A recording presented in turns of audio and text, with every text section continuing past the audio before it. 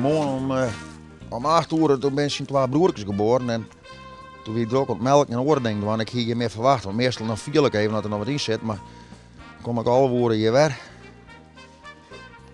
Ik wie ik al eerder geweest. Ja, het zie je hoe wie ik nog maar al woorden weer en dan lei je nog een bokje achter. Nee, dit wordt hem net. Dan moet er maar wat vierde zonde hebben.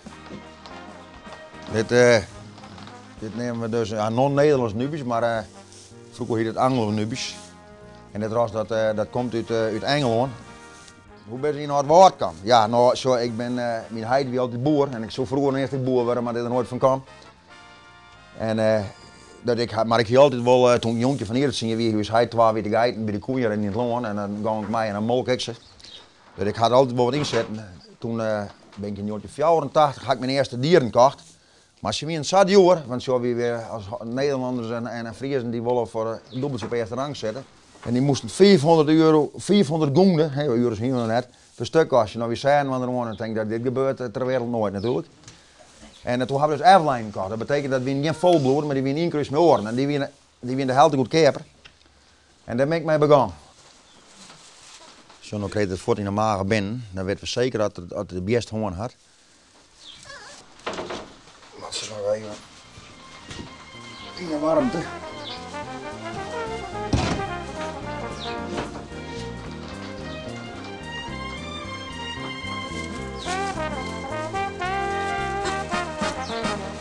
Ze zijn heel nieuwsgierig, ja, een heel nieuwsgierig raas op dat.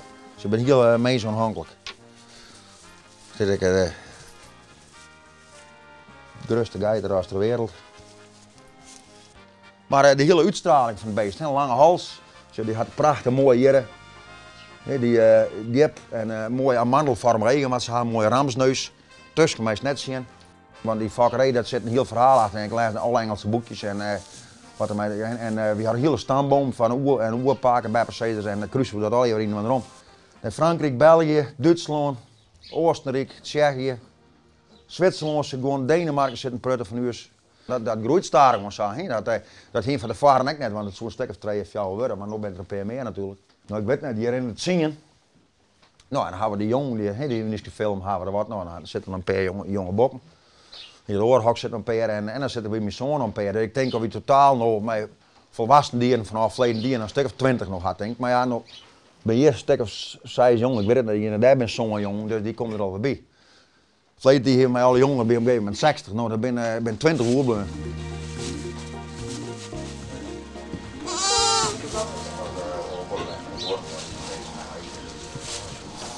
Fjouwer worden dijs. Ja, nou, trainen heel fjouwer worden, maar dat is gewoon een verzwaring. 2 keer melken. Ja, je moet er gewoon prudden voor ja. Maar je zet er in één keer in en het is je hobby heen.